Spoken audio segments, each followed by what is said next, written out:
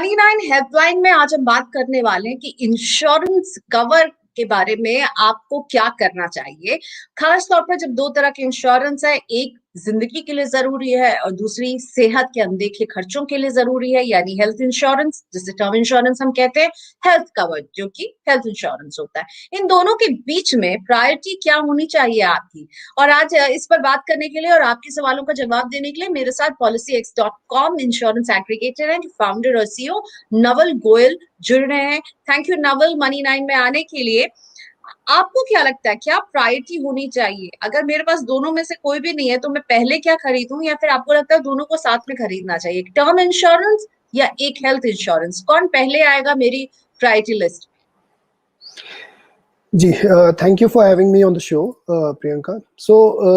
ये एक्चुअली बहुत ही ट्रिकी सवाल है, क्योंकि हेल्थ इंश्योरेंस, जैसा कि आप जानते होंगे, कि आपकी सेहत को सही रखने के लिए होता है। बेसिकली आपकी कोई भी मेडिकल एक्सपेंस आ जाती है सडनली, तो आपको हेल्थ इंश्योरेंस की ज़रूरत पड़ती है ठीक होने के लिए। और अगर ऑब्वियसली आप ठीक है तो ऑब्वियसली आपकी फैमिली खुश है, बट खुदा ना खास्ता आपको कुछ हो जाता है और अगर आप सिर्फ एक अर्निंग मेंबर है फैमिली में, तो उस टाइम पे काम आती है टर्म इंश्योरेंस, क्योंकि जो आपकी इनकम से जो फैमिली का सर्वाइवल होता है, वो सर्वाइवल उस टर्म इंश्योरेंस का जो लमसम पेमेंट है उससे होने की उम्मीद होती है फैमिली को। तो डेफिनेटली टर्म इंश्योरेंस आपकी फैमिली के लिए ज्यादा इंपॉर्टेंट है, वेरएज हेल्थ इंश्योरेंस आपकी और आपके फैमिली की सेहत के लिए ज्यादा इंपॉर्टेंट है। तो मैं बोलूंगा कि अगर डेफिनेटली इन दोनों में किसी में भी कॉम्प्रोमाइज नहीं करना चाहिए। अगर कहीं ना कहीं आपको लगता है कि पैसे आपको सिर्फ एक ही प्लान के पैसे हैं, तो डेफिनेटली मैं प्रेफर करूंगा हेल्थ इंश्योरेंस। ओके, दोनों ही जरूरी हैं, पर अगर एक एक करके ही आपकी जेब अलाउ कर रही है तो हेल्थ इंश्योरेंस पहले लें और थोड़ा सा आगे बढ़ा सकते हैं टर्म इंश्योरेंस खरीदना, लेकिन इग्नोर नहीं करना है क्लियरली। चलिए कुछ सवाल लेते हैं यहाँ पर। ये सवाल जूनागढ़ से हमें भेजा है अंकित जैन जी ने, और अंकित हमें बता रहे हैं नवल कि इनके पास एक लाइफ इंश्योरेंस कवर है 2 लाख रुपए का। इनकी फैमिली में 3 मेंबर्स हैं और इन्होंने तीनों के लिए 3 लाख का फैमिली फ्लोटर प्लान लिया हुआ है, यानी कि पर मेंबर 1 लाख का उन्होंने अभी जो हिसाब रखा है। और जूनागढ़ जैसे शहर के लिहाज से क्या ये कवर काफी है, या अंकित को अपने इस कवर को और बड़ा करना चाहिए? जूनागढ़ मुझे लगता है Tier 3 सिटी के रेंज में आएगी। क्या व्यू बनता है नवल? क्या आप सलाह देंगे अंकित को? जी, तो इन्होंने बताया कि इनका लाइफ इंश्योरेंस 2 लाख का है और हेल्थ इंश्योरेंस 3 लाख का है। तो पहले बात करते हैं हेल्थ इंश्योरेंस की। तो हेल्थ इंश्योरेंस मैं सजेस्ट करूंगा, अगर इनका पॉकेट अलाउ करता है, कि एटलीस्ट ये 5 लाख तक का कवर ले ले। इनको कवर चेंज करने की जरूरत नहीं है। 3 लाख के डिडक्टिबल के साथ ये 5 लाख का कवर टॉप अप प्लान ले सकते हैं, जिसके तहत इनकी टोटल कवरेज 5 लाख की हो जाएगी। वो इसलिए क्योंकि आजकल मेडिकल एक्सपेंसेस इंक्रीज हो रहे हैं, काफी तेजी से बढ़ रहे हैं, और उस खर्चे को कवर करने के लिए मेरे हिसाब से कम 5 लाख का कवर होना चाहिए। रही बात लाइफ इंश्योरेंस की, तो 2 लाख का लाइफ इंश्योरेंस तो मतलब कुछ भी कवर नहीं है, एक तरह से ये ना होने के बराबर है। क्योंकि आप अगर अपनी फैमिली के सर्वाइवल के लिहाज से सोचें, आपको कुछ हो जाता है तो आपकी फैमिली को 2 लाख रुपए मिलेंगे। पूरी जिंदगी क्या 2 लाख रुपए से चल सकती है? मतलब डेफिनेटली ये कवर बिल्कुल ना के बराबर है। ये पॉलिसी आप ये मान के चले कि आपका कुछ भी लाइफ कवर नहीं है। जनरली आपकी इनकम का जो अमाउंट होता है, एनुअल इनकम, उसका कम से कम 15 से 20 गुना आपको लाइफ इंश्योरेंस कवरेज होना चाहिए। सो अगर आपकी इनकम मान लीजिए कि 3 लाख रुपए सालाना है या 4 लाख रुपए, तो कम से कम 50-60 लाख रुपए का कवर आपके पास होना चाहिए, क्योंकि वो अमाउंट आपकी फैमिली को जरूर चाहिए होगा अगर आपको कुछ हो जाता है। राइट, तो अंकित आपको ना यहाँ पर एक टॉप अप अपने हेल्थ कवर को लेना चाहिए। ये नहीं सोचिए कि छोटे शहर में रहते हैं तो इसलिए क्या, क्यों ये काफी होगा। आपको एक टॉप अप डेफिनेटली लेना चाहिए। नवल आपको ये सलाह दे रहे हैं, और नवल ये भी कह रहे हैं कि जो लाइफ इंश्योरेंस का कवर है ना, ये बहुत छोटा है। आपको ये देखना है कि आपके पीछे आपकी फैमिली का कैसे गुजारा होगा, इसलिए बहुत जरूरी है। और हमारे यूट्यूब पे अभिषेक जुड़े हुए हैं। थैंक यू अभिषेक हमारे साथ जुड़ने के लिए। उनको लग रहा है कि हम इस लॉकडाउन में जो है इस तरह के मुद्दे उठा रहे हैं, अच्छा कर रहे हैं। Thank you. कुछ सवाल है अभिषेक तो वो भी भेजे। अगली सवाल जो है स्तुति पाठक जी का है पुणे से। स्तुति अपने पेरेंट्स के बारे में पूछ रही है नवल। इनके मदर और फादर जो है उनकी एज है 50 और 52। मदर 50 इयर्स की है, फादर 52 इयर्स के हैं। What is the best insurance cover for them? अपने पेरेंट्स के लिए स्तुति पूछ रही है कि किस तरह का इंश्योरेंस कवर उन्हें लेना चाहिए। जी, सो यहाँ पे इन्होंने मेंशन नहीं किया है कि उनको हेल्थ के कवर की बात हो रही है या टर्म के, बट मैं अज़्यूम कर रहा हूँ कि हेल्थ की ही होगी क्योंकि अभी कोविड का सिचुएशन चल रहा है और क्योंकि उनकी एज 50 और 52 है तो मोस्ट लाइकली अर्निंग या इनकम के लिहाज से इनको कोई ज़्यादा चैलेंजेस नहीं होंगे, इनके ऊपर ज़्यादा डिपेंडेंसी नहीं होगी किसी की। हेल्थ इंश्योरेंस की बात है तो बहुत सारे प्लान्स हैं इंडिया में जनरली, जैसे star health insurance, Religare health insurance, इस तरह की कंपनीज है जो काफ़ी अच्छे प्लान्स देती है और 50 टू 52 इयर्स तो इनकी एज भी इतनी ज़्यादा नहीं है कि इनको कोई प्लान मिलने में दिक्कत आए। तो मैं सजेस्ट करूंगा कि कम से कम 5 लाख या 10 लाख का कवरेज ये हेल्थ इंश्योरेंस का फैमिली फ्लोटर ले सकते हैं, जिसमें ये अपने फादर और मदर दोनों को कवर कर सकते हैं। Okay, moving ahead, let's move to the next question. Manish Kale ji का सवाल है, I recently started my career, मेरे पास कोई इंश्योरेंस पॉलिसी नहीं है, किस तरह का इंश्योरेंस पॉलिसी मुझे लेना चाहिए? तो क्या ले, लाइफ टर्म ले या फिर हेल्थ इंश्योरेंस ले, पहले किसको चूज करें? सो मनीष एग्जैक्टली वही पूछ रहे हैं जो हम जानना चाह रहे थे, कैसे चूज करें लाइफ टर्म और हेल्थ इंश्योरेंस के बीच में।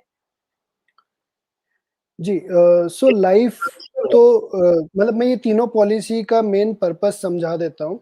लाइफ पॉलिसी बेसिकली होती है एक तरह से आपको इन्वेस्टमेंट करना है और आपको पैसा अपना ग्रो करना है। टर्म इंश्योरेंस एक प्योर प्ले रिस्क पॉलिसी होती है जो रिस्क कवर करती है, आपको अगर कुछ हो जाता है तो आपकी फैमिली को प्रोटेक्ट करने के लिए। और हेल्थ इंश्योरेंस आपकी सेहत और आपकी फैमिली के सेहत के लिए होती है। तो मैं सजेस्ट करूंगा सबसे पहले हेल्थ इंश्योरेंस और टर्म इंश्योरेंस ले। उसके बाद अगर कुछ पैसा बच जाता है या और कुछ पैसा आपको इन्वेस्ट करना है इंश्योरेंस में, तब आप लाइफ इंश्योरेंस पॉलिसी कंसिडर करें, जैसे कि यूलिप या इन्वेस्टमेंट या ट्रेडिशनल प्लान्स जो होते हैं। बट हेल्थ और टर्म आपको एकदम मस्ट पहले लेना चाहिए, जो क्योंकि वो आपको आपकी फैमिली को प्रोटेक्ट करता है और आपको प्रोटेक्ट करता है, दोनों को। ओके, सो एक हेल्थ इंश्योरेंस होना जरूरी है मनीष, और साथ में एक टर्म प्लान भी आप लें, इस तरह से आप इसे सिलेक्ट करें। ओके, अच्छा मुझे नवल ये बताइए कि क्या कोई एक आइडियल कवर होगा? क्योंकि जैसे हमने देखा, एक सवाल था कि हम उनके पास 3 लाख का एक फैमिली कवर था। जब कोई एक हेल्थ कवर चुनता है तो उसके साइज को तय करते वक्त आप क्या बोलते हैं, क्या सलाह देते हैं? इन बातों का आपको ख्याल रखना चाहिए। जी, आइडियल कवर की जहाँ तक बात है, आई थिंक ये तो अपने-अपने पॉकेट्स जैसे अलाउ करते हैं, बट अगर आप मेडिकल एक्सपेंसेस देखो या आप ये देखिए कि बीमार पड़ने की जो प्रोबेबिलिटी है, मतलब मैक्सिमम केसेज़ में 90-95% केसेज़ में आपका खर्चा 5 लाख से ऊपर या 10 लाख से ऊपर नहीं होने वाला है। अगर आप नॉन मेट्रो में रहते हैं तो कम से कम 5 लाख का कवर मैं सजेस्ट करता हूँ। अगर आप मेट्रो में रहते हैं तो कम से कम 10 लाख का कवर। अगर आप अब इसमें दूसरा पहलू ये है कि अगर आपने 10 लाख का कवर लिया है, तो क्या आप हर डिज़ीज़ से सेफ है? तो वो उसका आंसर डेफ़िनेटली नो है, क्योंकि ऐसी भी डिज़ीज़ेज़ हैं जिसमें आपके खर्चे 40 लाख, 50 लाख तक भी जाते हैं। तो उन खर्चों का आप कैसे टैकल करेंगे, या उस तरह की लाइफ़ थ्रेटनिंग जो डिज़ीज़ेज़ होती है, उन खर्चों के लिए आपके लिए कोई बैकअप प्लान नहीं होगा इस केस में। तो अगर आपकी पॉकेट अलाउ करती है तो डेफ़िनेटली हेल्थ इंश्योरेंस भी आपको एक बड़ा अमाउंट भी ले सकते हैं, 50 लाख, 1 करोड़, क्योंकि ऐसे खर्चे भी होते हैं। अभी हम कोरोना टाइम में ही हमने सुना है काफ़ी लोगों के खर्चे 20 लाख, 30 लाख तक जा रहे हैं। तो बट आप अगर 10 लाख का कवर ले चुके हो तो आपको 95% ऑफ द केसेज़ में आप सेफ हो। अगर आपको वही वाली बीमारी हो जाती है जिसकी प्रोबेबिलिटी एकदम ही कम है, तो मतलब उस केस में आप कवर्ड नहीं होंगे। उस केस में मेबी आपको कोई और बैकअप प्लान सोचना होगा। जी, तो जितनी आपकी जेब अलाउ करे उतना बड़ा कवर रखने की कोशिश करनी चाहिए। अगला सवाल गौतम मुखर्जी जी का है। गौतम लिखते हैं कि I am retired while my wife is in her early 50s. We have a health cover of rupees 5 lakh and a life insurance policy with LIC. Should we buy new health or life insurance policy? कोविड-19 को लेकर जाहिर तौर पर चिंता है यहाँ पर, और पूछ रहे हैं कि क्या इनको करना चाहिए, क्या नया हेल्थ कवर ले, नई एक लाइफ इंश्योरेंस पॉलिसी ले, क्या सलाह होगी इनके लिए नवल? जी, ये खुद कह रहे हैं कि रिटायर्ड है, तो डेफ़िनेटली मुझे नहीं लगता कि कोई ऐसी पॉकेट के तहत मतलब इनको कोई दिक्कत होनी चाहिए। तो हेल्थ कवर मैं सजेस्ट करूँगा कम से कम 10 लाख का ले लें ये। और लाइफ़ पॉलिसी एलआईसी की, अब ये कौन-सी पॉलिसी है इनके पास वो इन्होंने डिटेल्स नहीं दिया है। बट एक टर्म पॉलिसी ले लें, भले ही वो एलआईसी हो या कोई प्राइवेट कंपनी हो, एचडीएफसी, आईप्रू, कोई भी कंपनी हो, एक टर्म पॉलिसी ज़रूर ले लें, क्योंकि लाइफ़ इंश्योरेंस पॉलिसी एक ब्रॉडर कैटेगरी है, जिसमें इन्वेस्टमेंट प्लान्स भी आ जाते हैं, यूलिप्स भी आ जाते हैं, जो कि उनका मेन पर्पस इन्वेस्टमेंट को ग्रो करना है, ना कि रिस्क कवर करना। टर्म इंश्योरेंस का जो मेन पर्पस है वो रिस्क कवर करना है, जो आपको बहुत ही कम अमाउंट में एक बहुत बड़ा कवर दे देता है। सो एक टर्म पॉलिसी मैं सजेस्ट करूँगा, और दूसरा 5 लाख को अगर ये 10 लाख कम से कम कर पाएँ, उससे ज़्यादा अगर कर पाएँ तो वो भी अच्छा रहेगा इनके लिए। ओके, सो हेल्थ कवर को थोड़ा सा बढ़ा लीजिए अगर कर सकते हैं, और एक टर्म पॉलिसी जो है गौतम जी वो ले लीजिए। अगला सवाल तन्मय चक्रवर्ती का है। We are a family of 3, my wife who is 42 year old, son 8 year old और खुद 50 साल के हैं। I have an endowment policy with a sum assured of rupees 30 lakh for my son's education. We also have a health insurance of rupees 5 lakh each, along with insurance cover of rupees 2 lakh from the office, यानी एक group insurance claim cover है। Is this enough for us in the current scenario? तन्मय को क्या कहना चाहेंगे? जी, again मेरा same ही answer रहेगा कि वैसे तो देखिए इनफ है, 5 लाख का कवर आपको मैक्सिमम सिचुएशंस में आपको फाइनेंशियल डिस्ट्रेस से बचा लेगा। बट अगर आप बढ़ा सकते हैं तो ज़रूर इसको बढ़ाइए। बाकी आपने अच्छा सोचा है कि चाइल्ड एजुकेशन पॉलिसी ले रखी है 30 लैक्स की, बट अगर आप 30 लैक्स जो आपने कैलकुलेशन किया है, वो आज की एजुकेशन कॉस्ट को कंसिडर करते हुए किया है, या आज से जभी भी आपका, जैसे सन आपने बताया 8 इयर्स का है, सो अगर उसको जब वो 20 इयर्स का होगा तो कम से कम आप ये मान के चले कि आज की जो कॉस्ट है उसका 4 गुना कॉस्ट होने वाला है उस टाइम पे। तो क्या ये 30 लैक्स कवर आपके लिए सफिशिएंट होगा?